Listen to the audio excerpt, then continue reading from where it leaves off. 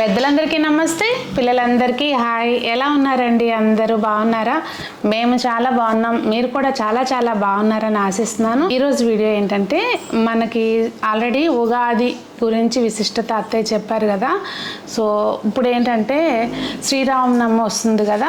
Already వసంత నవరాత్రులు నడుస్తున్నాయి. మరి మీరు అందరూ అత్తయ్య చెప్పినట్లుగా రామనామం జపం చేస్తున్నారా లేదా అనేది కూడా కామెంట్స్లో తెలియచేయండి. ఈరోజు వీడియో ఏంటంటే, మనకి శ్రీరామనవమి అనేది చాలామందికి తెలుసు. కాకపోతే కొన్ని పాయింట్స్ ఏంటంటే అత్తయ్య చెప్పేవి అంటే అందరికీ తెలియకపోవచ్చు, కొంతమందికి తెలిస్తే మంచిది. తెలియని వాళ్ళు ఈ జనరేషన్ వాళ్ళు కూడా నేర్చుకుంటారని చెప్పి శ్రీరామనవమి విశిష్టత, అలాగే కొన్ని అసలు ఎందుకు చేస్తారు, ఏది వివరాలతో సహా మీకు వీడియోలో షేర్ చేస్తారండి. నేను Sunitha, welcome to the Telugu house wife. జై శ్రీమన్నారాయణ అండి. అస్మద్ గురుభ్యో నమః. శ్రీమతి రామానుజాయ నమః. ముందుగా అందరికీ శ్రీరామనవమి శుభాకాంక్షలు అండి. చైత్ర మాసంలో వసంత నవరాత్రులు చేసుకుంటాం అనుకున్నాం కదా. ఈ 9 రోజులు రామాయణ పారాయణ అయిపోయిన తర్వాత 9వ రోజున స్వామివారికి కళ్యాణం చేస్తారు. ఆ కళ్యాణం అసలు భద్రాచలంలో శ్రీరాముల వారు ఎందుకు వెలిశారు? ఇక్కడ ఏంటంటే మేరుపుత్రుడైనటువంటి భద్రుడు తపస్సు చేశారంటండి. ఎన్నో వేల సంవత్సరాలు తపస్సు చేస్తే ఆ అగ్నికి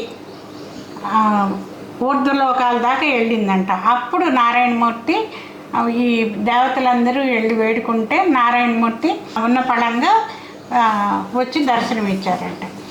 ఆ దర్శనం ఇచ్చినప్పుడు ఏం కావాలి వరం కోరుకోమంటే, నాకు ఇక్కడ రామచంద్రుడిగా వెలసి ఇక్కడ అందరికీ మోక్షాన్ని ప్రసాదించమని కోరారంట.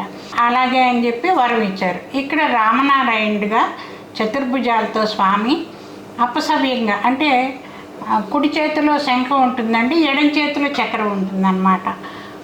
అట్లా 4 చతుర్భుజాలతో వెలిశారనమాట. అంటే హడావుడిగా రావటం మూలంగా అలా పట్టుకొచ్చారంట. అందుకని అలాగే వామాంకంలో సీతా అమ్మవారు ఉంటారు, పక్కన లక్ష్మణ స్వామితో వెలిశారనమాట. అక్కడ గుడినంతా పునర్నిర్మాణం చేసింది రామదాసు గారు కదా. రామదాస్ గారు ఈ పునర్నిర్మాణం చేసినప్పుడు ఆయన పైన కలశాలు అవి పెట్టాలని ఆలోచన వచ్చి అవి పెడదామని చెప్పి అనుకుంటుంటే అవి సెట్ అవ్వలేదంటండి ఎంతసేపులో. ఇదేంటని చెప్పేసి చింతిస్తూ గోదావరిలో స్నానానికి వెళ్ళారంట. వెళ్ళినప్పుడు వారికి చేతిలోకి వచ్చిందంటండి ఆ చక్రం అనమాట. అది తీసుకొచ్చి ప్రతిష్ఠ చేశారు గర్భగుడి పైన. తర్వాత ఈ కళ్యాణాన్ని మిథిలా మంటపంలో కూడా చేయటం, అంటే ఆరుబయట అనమాట చేయటం కూడా రామదాస్ గారి సాంప్రదాయాన్ని మొదలెట్టారనమాట. జీవితంలో ఒక్కసారైనా సరే ఆ కళ్యాణాన్ని మనం అక్కడ చూసి తరించాల్సిందేను. కళ్యాణంలో స్పెషల్ కూడా ఏంటంటే అమ్మవారికి, సీతా అమ్మవారికి 3 సూత్రాలు సమర్పిస్తారనమాట. 1 జనక మహారాజ్ చేయించింది, 2 దశరథ మహారాజ్ చేయించింది, 3 రామదాస్ చేయించింది అన్నమాట. అలాగే రామచంద్రుడికి రామదాస్ గారు చేసిన నగలన్నీను, సీతమ్మ వారికి ఉన్న చింతాకు పథకాన్ని, లక్ష్మణ స్వామికి ఉన్న రామ మాడతో చేసినటువంటి హారాన్ని అన్నీ సమర్పిస్తారు. మనకి చూపెడుతూ రామమాడ అంటే నేమ్ ఉంటుందా? రామమాడ అంటే అది తానీషాకి కళలో కనిపించి కాదు, మామూలుగానే వెళ్ళి రామోజీ లక్ష్మోజీగా వెళ్ళి రామదాసు వాడేసినటువంటి 1000 మాడల్ని, అంటే 1000 బంగారు నాణ్యాలని ఆయనకి ఇచ్చారనమాట. అవి అన్నీ చూస్తే తెల్లారి చూస్తే రామలక్ష్మణుడి చిత్రం దాని మీద ఉన్నాయి అన్నమాట. వాటిని రామమాడలు అంటారు. ఆ రామమాడ ఒకటే దొరికిందంటండి. దాన్ని హారంగా చేసి లక్ష్మణ స్వామికి సమర్పిస్తారు. అలా రామ కళ్యాణం చేస్తారు. ఇక్కడ తలంబరాల విశేషం ఏంటంటే, ఇప్పుడు ధాన్యం పండించటమే, పొలంలో ధాన్యం పండించటమే రాముల వారి కళ్యాణానికి సమర్పించే తలంబరాల కోసమే పండిస్తున్నారంట. అంటే కెమికల్ ఎరువులు ఇవి అన్నీ వేయకుండా పండించి వాటిని భక్తులు గోటితో ఒలిచి ఆ తలంబరాలని తయారు చేస్తున్నారు.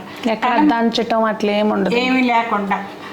తలంబరాలు కూడా ఎలా, తానీషా గారి టైం నుంచి వారు ముత్యాల తలంబరాల కోసం ముత్యాలు, వస్త్రాలు అవన్నీ పంపించేవారంట. అదే సాంప్రదాయం ఇప్పటికి కూడా అంటే గవర్నమెంట్ ఇప్పుడు ఉన్న గవర్నమెంట్ అన్నమాట, తెలంగాణ ప్రభుత్వం సమర్పిస్తున్నారు.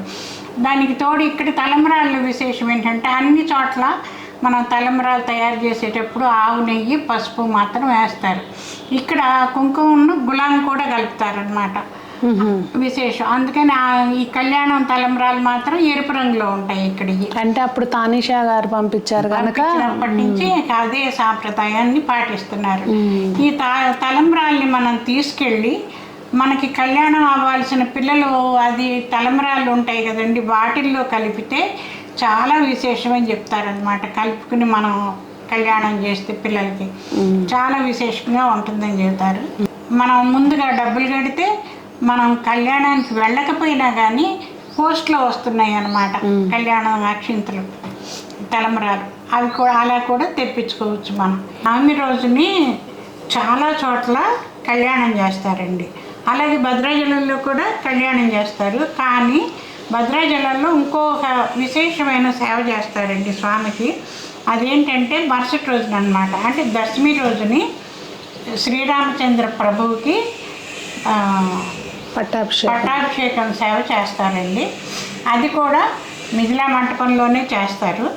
ఆ రోజుని రామచంద్ర ప్రభువుకి శ్రీరామాయణంలోని పట్టాభిషేక సర్గని సేవిస్తూ రాజలాంఛనాలైన పాదుకలు, చామరాలు, రాజముద్రిక, రాజదండము, కిరీటము, రాజలాంఛనాలు అన్నిటితోటి మనకి చూపిస్తూ సమర్పిస్తారండి. అది చాలా విశేషమైన సేవ కదా. మనం అంటే అది చూస్తే మనకేంటంటే మన కూడా అంటే మనం చేసే వృత్తి మన పదవి అనమాట, అవి ప్రశాంతంగా చేసుకోగలుగుతాం అన్నమాట. ఈ నగలన్నిటినీ కూడా మనం అద్దాల గదిలో మనం సేవించవచ్చు. ఇప్పటికీను నిత్య కళ్యాణం ఉందండి భద్రాచలంలో. నెలకు ఒకసారి వచ్చే పునర్వసు నక్షత్రం రోజుని నిత్య కళ్యాణం అవ్వంగానే ఆర్జిత సేవగా పట్టాభిషేక కైంకర్యాన్ని కూడా చేస్తారనమాట. ఆంధ్ర ప్రభుత్వం తరఫున ఒంటిమిట్టలో చేస్తున్నారు కళ్యాణాన్ని. అది ఎప్పుడో ఆయన జాంబవంతుడు ప్రతిష్ట అంటారండి దాన్ని, ఎప్పటిదో. అక్కడ ఒక ఇద్దరు దొంగలండి, ఒంటుడు మిట్టుడు అనే దొంగలు ఇద్దరునంట దొంగతనం చేసి ఆ డబ్బులన్నీ తీసుకొచ్చి అక్కడ పంచుకునేవారంట. అలాగూ ఈ స్వామి మీద ప్రేమ వాళ్ళకి అలా జనించి ఆఖరికి ఆ డబ్బులన్నిటితోటి వాళ్ళు దేవాలయం కట్టించారంట అప్పట్లో. దాని పైగా బమ్మెర ప్రోతన వారు అక్కడి ఆ రాముడికే భాగవతాన్ని సమర్పించాడంటారు. అది అక్కడ విశేషం అన్నమాట. ఇప్పుడు మనం గవర్నమెంట్ కూడా అక్కడ కళ్యాణాన్ని చైత్ర పౌర్ణమి రోజుని పండు వెన్నెల్లో చాలా అక్కడ కూడా రంగరంగ వైభవంగా నిర్వహిస్తున్నారు. ఈ కళ్యాణాన్ని కూడా మనం వెళ్ళలేకపోయినా ఎప్పుడో ఒకప్పుడు జీవితంలో ఎప్పుడన్నా ఒక్కసారైనా వెళ్ళి చూద్దాము.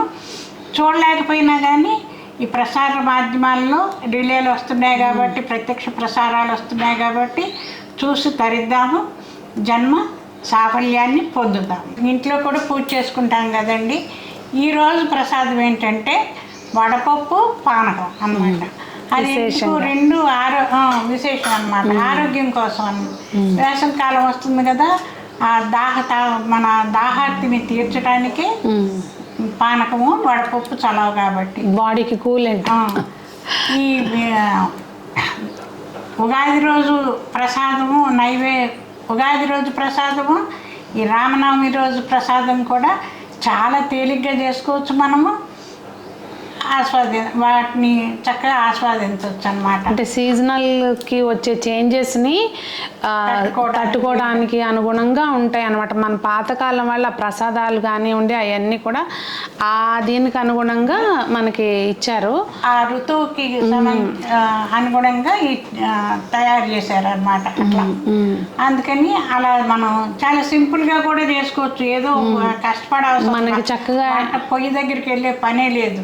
అదండి మరి ఈరోజు వీడియో మీకేమనిపించింది అనేది కమెంట్స్లో తెలియచేయండి. ఫ్యూచర్లో అత్తయ్యతోటి వీడియోస్ ఏం చేపించాలి, ఈ విషయం చెప్పించండి సునీత గారు అత్తయ్యతోటి అనేది నాకు తప్పకుండా కమెంట్స్లో తెలియచేయండి. మరి అందరూ బాగుండాలి, అందులో మనం ఉండాలి, అందరికీ ఆ రామయ్య తండ్రి ఆశీస్సులు ఉండాలి అని ఆశిస్తూ మీ సునీత. లోకా సమస్త సుఖినో భవంతు.